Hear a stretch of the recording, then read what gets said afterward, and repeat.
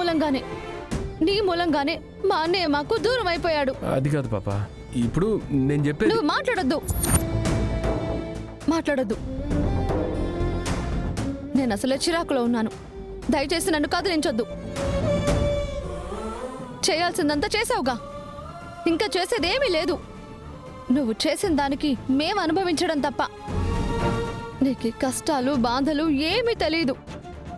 ఎలా తెలుస్తుంది? జీవితాన్ని సరదాగా తీసుకున్న మనిషివి. కన్న తండ్రి బాధపడుతుంటేనే పట్టించుకొని నీకు మా బాధ్యత ఎలా అర్థమవుతుంది?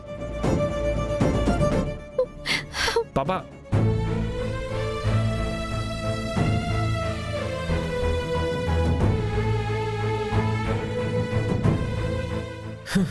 బాగుండదబ్బా. ఏం పాపా ఏమై ఉండదని అడిగినాను. దానికి ఫ్లాష్ బ్యాక్ మొత్తం చదివేస్తా ఉండదు.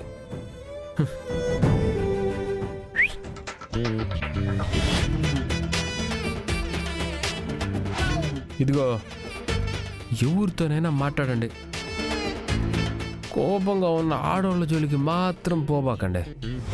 చూసినారు కదా, ముక్కు మునగబెట్టినారంటారు చూసారా, ఇదే అది. ఆడ ఏమైనా అదో తెలీదు, ఆడు తిరిగి ఈడు తిరిగి నా మీద వచ్చి పడతా ఉండదు. ఇంతకు ముందంటే ఎవరో పరాయిది కాబట్టి ఏమన్నా అంటే బాధేస్తుంది. ఇప్పుడు మా ఆవిడ కదా, తిట్టినా కొట్టినా తనగాక ఎవరికి హక్కు ఉండదు నా మీద. కానీ ఒకటబ్బా, ఆడల విషయాలకి మాత్రం పోబాకండి. పోయినారనుకో, ఎందుకు తిడుతున్నారో వాళ్ళకి తెలీదు, ఎందుకు తిట్టించుకున్నామో మనకి తెలీదు. బాధపడి బారుకు పోవాల్సి వస్తుంది. తాగి ఆరోగ్యం పాడు చేసుకోవడం అవసరమా మనకి? నవ్వుతూ ఉండదనుకో, నవ్వుతూ మాట్లాడాలి. కోపంగా ఉండదనుకో, దూరంగా పోవాల. ఇదే సూత్రం. అర్థమై ఉండదా? ఏందబ్బా, మా పులి చూస్తే ఇట్ట తిడతా ఉంటుంది. కట్టుకున్న పెండ్లం కదా, కాస్తన్న కనికరం ఉంటుందిలే అనుకుంటే ఈ బాబా ఇట్టా తిడతా ఉంటుంది. ఏం జన్మరానిదే, తిట్టించుకోవడానికి పుట్టినట్టుండవా?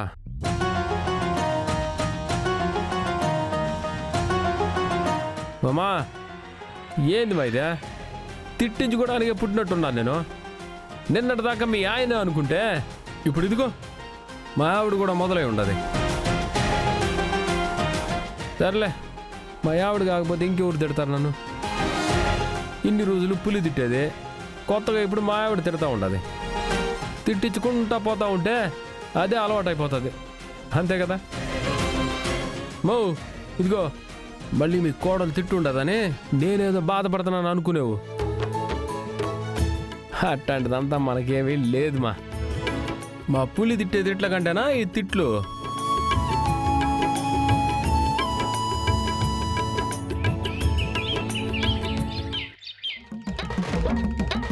కాలేజ్ అవ్వగానే డైలీ వర్ష ఇంటికి రావాలి కదా, ఈరోజు ఇంకా రాలేదేంటి? ఏదైనా ట్యూషన్కి వెళ్ళుంటుందా, లేదంటే ఫ్రెండ్స్తో బయటకు వెళ్ళుంటుందా? ఎదురు చూడడంలో ఇంత బాధ ఉంటుందని ఇప్పుడే అర్థమవుతోంది. అయినా బయటకు వెళ్ళాలనుకుంటే ఇంటి దాకా వచ్చి ఫ్రెష్ అప్ అయి వెళ్ళొచ్చు కదా. సర్లే, తన కోసం నేను ఇలా ఎదురు చూస్తూ ఉంటానని తనకు తెలియదు కదా. రోజు టైంకి వచ్చేది, ఇంకా రాకపోవడం ఏంటి? ఒకవేళ వదిన్ని కానీ విజయాన్ని కానీ అడిగితే? అమ్మో, వదులే. మరి ఇంకెవరిని అడగాలి? ఎవరినో ఎందుకు, వర్షం అడిగితే సరిపోతుందిగా.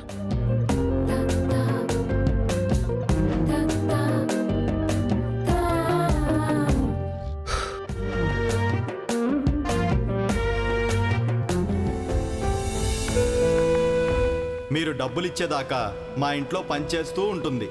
మా డబ్బులు మాకిచ్చి అప్పుడు మీ చిన్న కూతుర్ని మీరు తీసుకెళ్ళండి.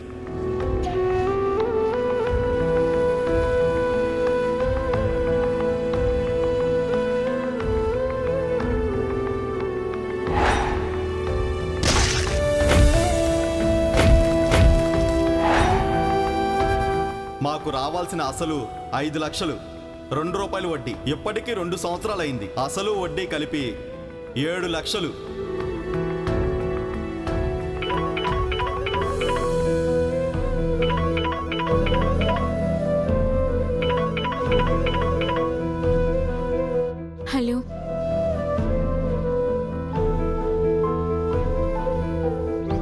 హలో మిమ్మల్ని. హలో హలో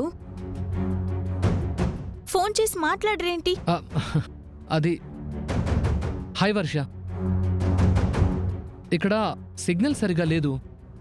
నేను మాట్లాడుతున్నాను, నీకు వినిపించలేదంతే. అవును, ఏంటి ఇంకా రాలేదు? ఎక్కడికి? అదే రోజు ఇంటికి వస్తావు కదా, ఇంకా రాలేదేంటా అని. ఓ, ఆ విషయం అడగడానికి ఫోన్ చేసావా? అంటే దాని గురించి అని కాదు. మరి దేని గురించి?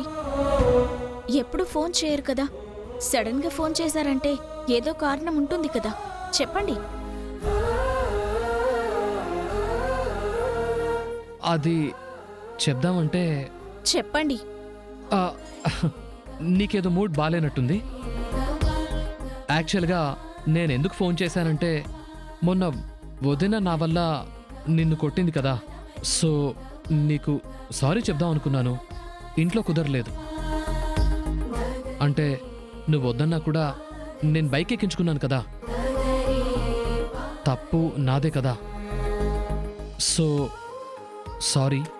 దీనికే ఫోన్ చేశారా? ఆ, ఆ, అంతే అంతే, దానికోసమే ఫోన్ చేశాను. సరే అయితే బాయ్. అయ్యో హలో. ఆ! మనసులో ఎన్నైనా పెట్టుకోవచ్చు కానీ ఈ ఆడపిల్లల్ని పెట్టుకోకూడదు. వాళ్ళు ఎక్కడున్నా సరే మనసులో అల్లకల్లోలం చేస్తూనే ఉంటారు. ఆ! ఏంటి దేవుడా ఈ ఆడాళ్ళు.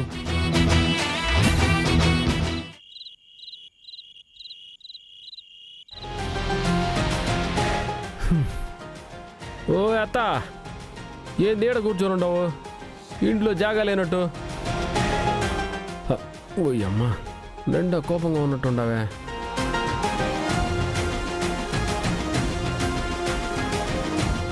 ఎవరి మీద కోపం?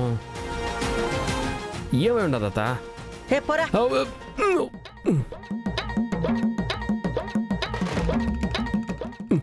ఓ అత్త, ఏంది ఇది?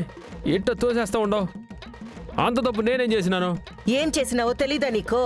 ఆ, ఏ పని పట్టినా మాయత్త అని నా వెంట తిరిగేటోడివి. ఇప్పుడేమో పెళ్ళం వచ్చినది కదా, ఆ, ఆ పెళ్ళం కొంగు పట్టుకుని తిరిగేదానికే సరిపోతుండదు నీకు. నేనాడ తిరిగినాను అత్త. మరి ఇందాకేంట్రా నువ్వు ఆ పాప కోసం వచ్చేసి ఓ అని అట్టత్తా ఇట్టత్తా ప్లీజ్ అత్తా అని మాట్లాడేసి ఉండవో?